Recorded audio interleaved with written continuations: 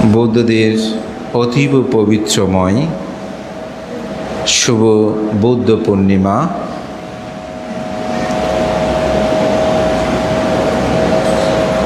সমগ্র বিশ্বব্যাপী এই বৈশাখী পূর্ণিমা তিথিকে উপলক্ষ করে বুদ্ধ পূর্ণিমা উদযাপিত হয়। জাতিসংঘের ইউনেস্কো কর্তৃক এই বৈশাখী পূর্ণিমাকে বেসাক ডে হিসাবে ঘোষণা করা হয়েছে। বিশেষ করে বাংলাদেশ স্বাধীন হওয়ার পর যখন সরকারি ছুটি বিষয়ে দাবি উত্থাপিত হয়, সে সময় আমাদের আচার্যগণ যারা তৎকালীন সময়ে দায়িত্ব ছিলেন, তারা বৈশাখী পূর্ণিমা ছুটির নাম না দিয়ে তারা বুদ্ধ পূর্ণিমা নামটি দিয়েছিল। কারণ বৈশাখে বহুবিধ অনুষ্ঠান থাকতে পারে, বুদ্ধকে যেন সকল মানুষ বুঝতে পারে, এজন্যই আমাদের সেই তৎকালীন সময়ে যারা এই দাবিটি উত্থাপন করেছিলেন, তারা এটাকে বুদ্ধ পূর্ণিমা নাম দিয়েছে। যেমন চট্টগ্রামে আমাদেরকে প্রায় মানুষে বুদ্ধ কি এটা জানলেও চট্টগ্রামের বাইরে গেলে কিন্তু আমাদেরকে বুদ্ধ বললে সহজে বুঝতে পারে, মনে করো অনেকটা হিন্দু মনে হয়। তা আমাদের এই বুদ্ধ পূর্ণিমাটা আসলেই যথার্থ দিয়েছিলেন এবং এখনও সেই সরকারি গেজেটে বুদ্ধ পূর্ণিমাটায় লেখা থাকে এবং তাতে বুদ্ধের স্মৃতি বিজড়িত যে বুদ্ধ পূর্ণিমা, বৈশাখী পূর্ণিমা, এটা আমাদের সকলের কাছে দৃষ্ট হয়। মূলত তথাগত সম্যক সম্বুদ্ধের ৮০টি বছর তিনি যে পৃথিবীতে তার স্বধর্ম প্রচারে তার জীবনটাকে অতিবাহিত করেছেন, সেখানে 3টি ঘটনা খুবই গুরুত্ববহ। একটি হচ্ছে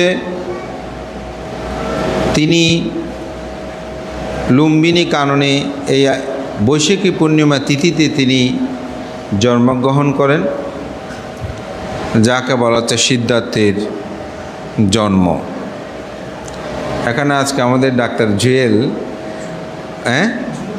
জুয়েল বড়ুয়া, তো উনি এখানে সিদ্ধার্থ গৌতমের শুভ জন্মদিন একটা কেক নিয়ে এসেছেন উপাসক। আমার খুব ভালো লাগছে যে আমরা প্রতি বছর করে থাকি সম্মিলিতভাবে, তা আমাদের ডাক্তারবাবু যে আজকে তিনি নিজে ব্যক্তিগতভাবে একটা মনের চেতনা জাগ্রত হয়েছেন, আমিও বুদ্ধের সিদ্ধার্থের জন্মদিনটা পালন করি।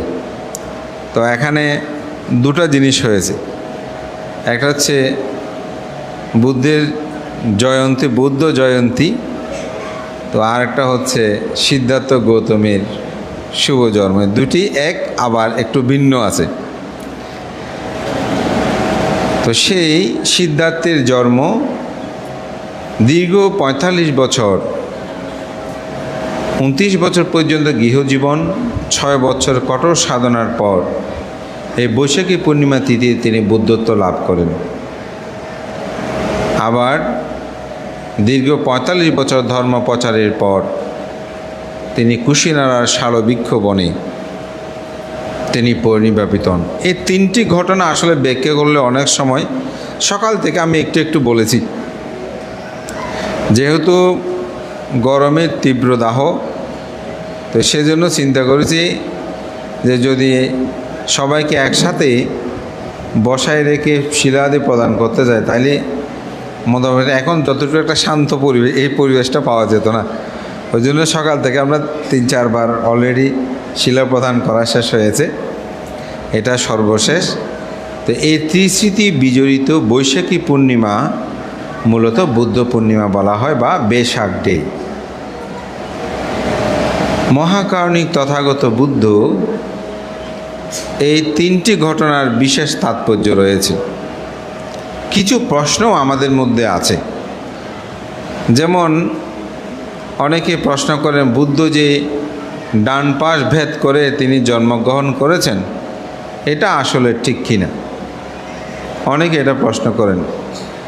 তা আসলে বর্তমান যুগে, আধুনিক বিজ্ঞান প্রযুক্তির যুগে, এখানে আমাদের ডাক্তারবাবু আছেন, যেটা আমরা সিজার হচ্ছে বলছি, এটাও তো একটা পাশ ভেদ করে তার জন্ম হওয়া, এবং সেভাবেই জন্মগ্রহণ করেছেন বলেই তিনি কিন্তু সপ্তাহ দিবস পরে মৃত্যুবরণ করে। কে? মহামায়া।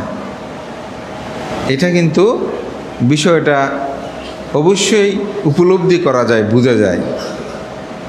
এবং অনেকে বলেন তিনি জন্মগ্রহণ করার পর সপ্তপদ যে পদ্ম ফুটেছিল, এটা কেমন? এটা একটু অতিমাত্রা যেন অনেকে বলতে চায়। আসলে পৃথিবীতে কিছু কিছু বিষয় মানুষ হলেও অতিমানব একটা কথা আছে।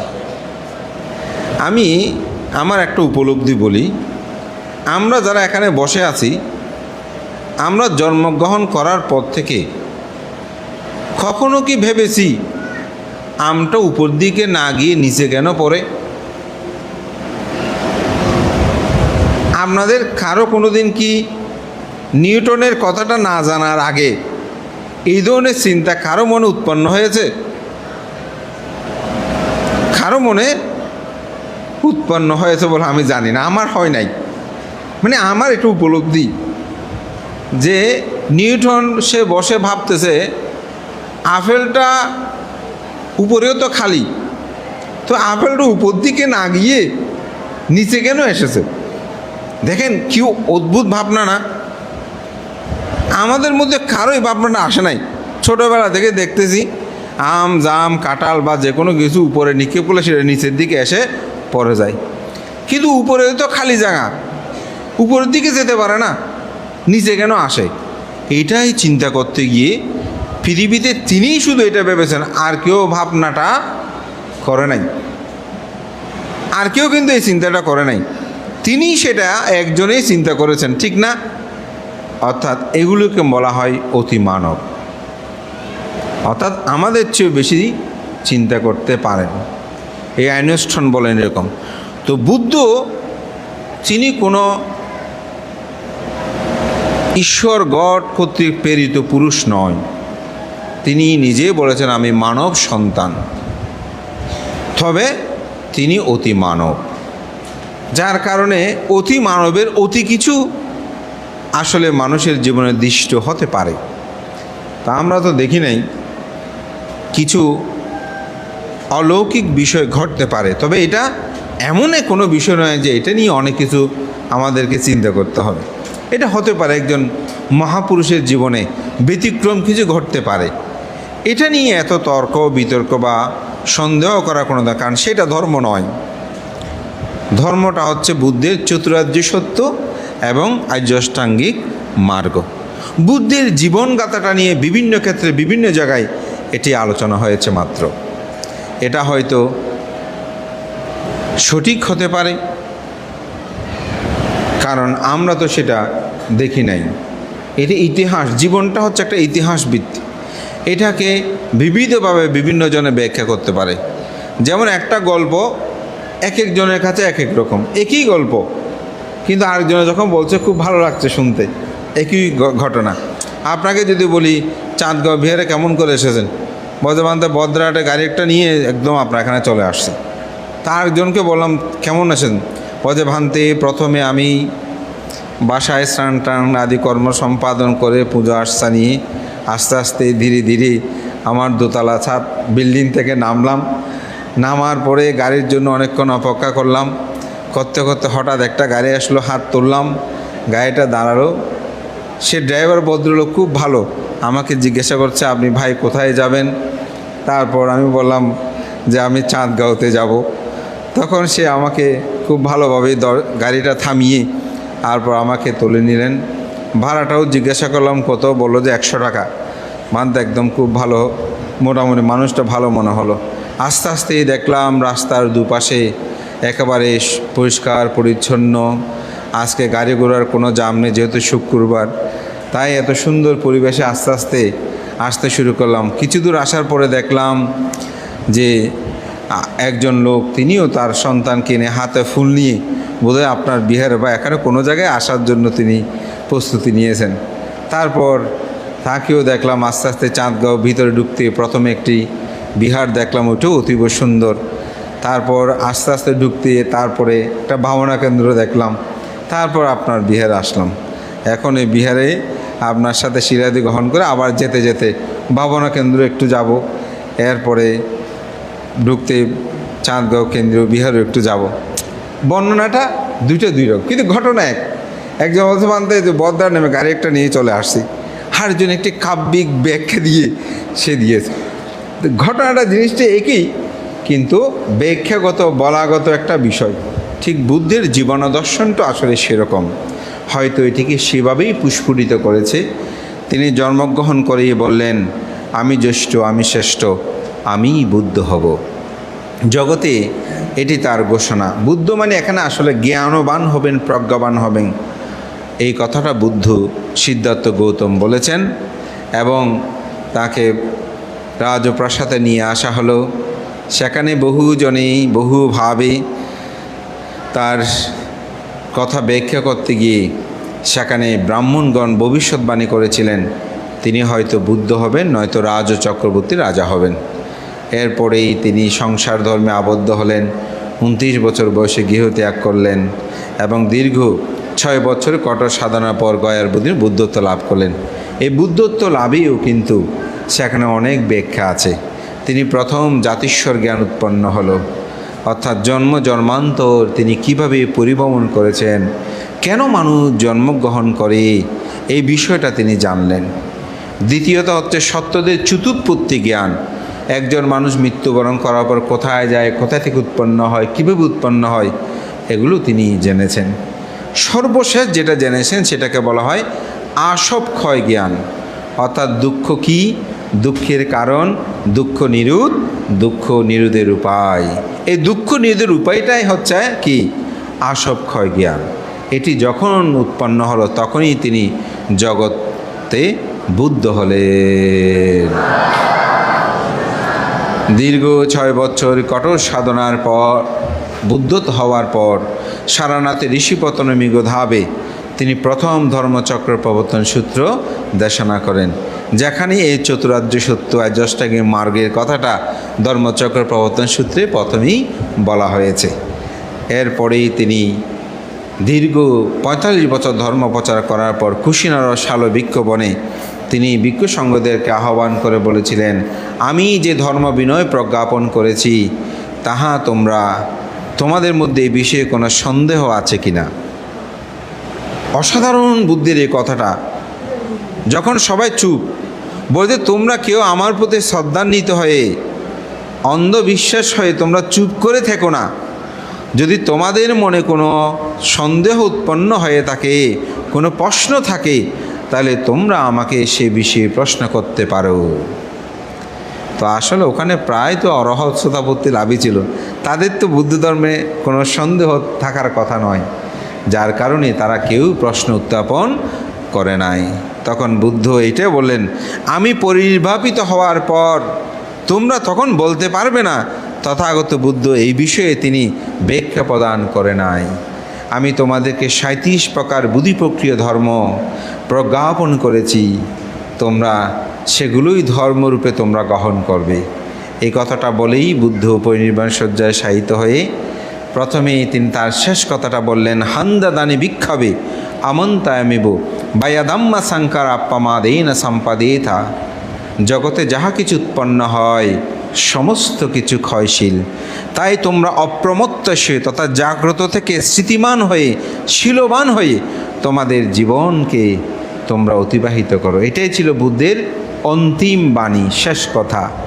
এরপরেই তিনি পরিনির্বাণ শয্যায় শায়িত হলেন। সবাই মনে করছে বুদ্ধ পরিনির্বাণিত হয়েছে, কিন্তু না।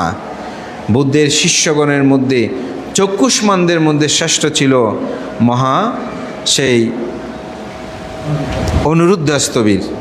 অনিরুদ্ধস্তবীর বুদ্ধের স্মৃতি চিত্রটা কোনভাবে আছেন তিনি সেটা পর্যালোচনা করছেন। দেখা গেল বুদ্ধ স্মৃতি সাধনায় নিমগ্ন হয়ে প্রথম ধ্যান, দ্বিতীয় ধ্যান, তৃতীয় ধ্যান, চতুর্থ ধ্যান, অনুলোম প্রতিলোম জ্ঞানী বুদ্ধ। তখন সেখানে অনুদ্যাস্তবীর বলছিল যে বুদ্ধ এখন প্রথম ধ্যানে আছেন, বুদ্ধ এখন দ্বিতীয় ধ্যানে আছেন, বুদ্ধ এখন তৃতীয় ধ্যানে আছেন, বুদ্ধ এখন চতুর্থ ধ্যানে আছেন, বুদ্ধ অনুলোম প্রতিলোম ধ্যানে আছেন, এরকম বিজ্ঞ সঙ্গদেরকে বলছিল। যখনই তিনি নির্বাপিত হলেন তখনই বললেন, জগৎ পূজ্য মহাকারণিক তথাগত বুদ্ধ তিনি অনুপাদেশে নির্বাণ ধর্মেও তিনি প্রতীত হলেন। সেদিনেই ছিল বৈশাখী পূর্ণিমা। একজন পুণ্যবান সত্তার আবির্ভাব একই পূর্ণিমা তিথিতে, বুদ্ধত্ব লাভ একই পূর্ণিমা তিথিতে এবং পরিনির্বাণও একই পূর্ণিমা তিথিতে, এটি জগতে বিরল। তাই এই পূর্ণিমাটা আমাদের কাছে অতীব গুরুত্বপূর্ণ। আমরা অনেক সময় কঠিন চুব দানকে একটু জাতীয় পর্যায়ে বিবিধভাবে শ্রেষ্ঠ বললেও আসলে অন্যান্য বিশ্বের দেশগুলোতে, বুদ্ধ প্রধান দেশগুলোতে আসলে বুদ্ধ পূর্ণিমাকে সবচেয়ে বেশি গুরুত্ব প্রদান করা হয় এবং রাষ্ট্রীয়ভাবে সেখানে সপ্তাহকাল পর্যন্ত ছুটি থাকে। আমি যখন 26 তারিখ চলে আসতেছি শ্রীলঙ্কা থেকে, দেখতেছি যে 24-25 তারিখও সাজগোজ চলতেছে। তো ওখানকার বান্তা আমাকে বলতেছে সামনে যে বুদ্ধ পূর্ণিমা, এই জন্য এই ফেস্টিভ্যাল, এই এত আয়োজনগুলো চলতেছে। আমি অবাক হয়ে গেলাম। অর্থাৎ তো আমি বললাম কতদিন সরকারি, বলে যে 5 দিন বা 7 দিন সরকারি ছুটি থাকবে। আমাকে বলছে আপনি এখানে থেকে যান। তো সেভাবেই তারা উদযাপন করে। আমাদের ছোটো বান্তা একজন শ্রীলঙ্কাতে আছে এখন, সেই বুদ্ধ পূর্ণিমা উদযাপন দেখবে। তাই ঠিক সেরূপ থাইল্যান্ডও। তা আমাদের দেশে মূলত হয়তো রাষ্ট্রীয় ছুটিটা আমরা পেয়েছি, এটা সৌভাগ্য, কিন্তু এটা রাষ্ট্রীয় বিভিন্ন টিভিতে বিভিন্ন জায়গায় এটা নিয়ে আলোচনা হয় বা বিশেষ অনুষ্ঠান প্রচার করে। তবে বুদ্ধ প্রধান দেশ হলে সেখানে হয়তো আরও তার বিপুলতাটা দেখা যেত। তো যাই হোক, সবাইকে আশীর্বাদ পুণ্যদান করি। আমাদের সময়ের বাধ্যবাধকতা আছে। বিকালবেলা আমার 3টি গ্রন্থের আজকে প্রকাশনা হবে। একটা হচ্ছে তথাগত গৌতম বুদ্ধ, বইটি একটা বুদ্ধের জীবনীভিত্তিক একটা বই। মূলত প্রায় সময় আমার কাছে অনেকেই বুদ্ধের জীবনীটা দেখতে চায়, শুনতে আগ্রহ প্রকাশ করে। তো বিশেষ করে অন্য ধর্মাবলম্বীরও চায় বুদ্ধকে জানতে। তো আমি অনেকটা সহজ সরল, অনেকটা বলা যায় যেন সকলেই বুঝতে পারে, এই ধরনের আদলেই আমি বইটা রচনা করার চেষ্টা করেছি। আর 2টি গ্রন্থ আমার বেশ কিছু আর্টিকেল নিয়ে এই 2টা গ্রন্থ প্রকাশনা। তো 3টা বই আজকে প্রকাশনা হবে। আমরা 5টার দিকে শুরু করব, যেহেতু একটু গরমের দিন, আসলে স্বাভাবিক। আপনারা সবাই উপস্থিত থাকবেন এই প্রত্যাশা করছি। হয়তো সে সময় আমাদের আলোচক বিন্দু এই বুদ্ধ পূর্ণিমার তাৎপর্য নিয়ে তারা আরও বিস্তারিত আলোচনা করবেন এবং সবাইকে সেই আহ্বান জানিয়ে আজকে আমাদের বিহার উন্নয়ন কমিটি প্রতি বছরের ন্যায় এবছরও তারা যে বুদ্ধ জয়ন্তী উপলক্ষে বিশাল কেকের ব্যবস্থা করেছেন, তাদেরকে আন্তরিকভাবে ধন্যবাদ এবং কৃতজ্ঞতা। আমি মনে করি এটা আমাদের প্রজন্মদের মধ্যে একটা আনন্দ উৎপন্ন হবে। এবং আমাদের ডাক্তার জুয়েল বাবু, ঝুলন বড়ুয়া, আমাদের ডাক্তার ঝুলন বড়ুয়া, তিনিও তার ব্যক্তিগত উদ্যোগে তিনিও বুদ্ধের জন্মদিন অর্থাৎ সিদ্ধার্থের জন্মদিন পালনে কেক নিয়ে এসেছেন। আমার কাছে এটা একটু অবাক লেগেছে যে আসলে আমাদের মধ্যে একটা চেতনা জাগ্রত হলো। আমরা নিজেদের ব্যক্তিগত কেক আমরা ব্যবস্থা করি, কিন্তু হয়তো এখানে আমাদের অনেকটা বলা যায় আমি উৎসাহিত করেছি সার্বজনীনভাবে কেকটা, কিন্তু ব্যক্তিগত আজকে আমি বুদ্ধের জন্মদিনটা পালন করব সিদ্ধার্থের, এটা খুব কম দেখা যায়। তা আজকে আমাদের ডাক্তার ঝুলন বাবুটা আমাদের একটা ব্যতিক্রম তিনি প্রেরণা দিয়েছেন। এটির দ্বারা আমার মনে হয় আমাদের প্রজন্মরা আগামীতে তারা শিখবে। সবাইকে আশীর্বাদ পুণ্যদান করে উত্তরোত্তর শ্রীবৃদ্ধি কামনা করে আমার কথা শেষ করছি। জগতের সকল প্রাণী সুখী হোক। আমরা পুণ্যদানের পরেই কেকটা কাটবো। সবাই উপস্থিত থাকবেন এবং সবাই এই কেক গ্রহণ করবেন এই প্রত্যয় ব্যক্ত করছি। এখন পুণ্যদান করুন। জল ঢেলে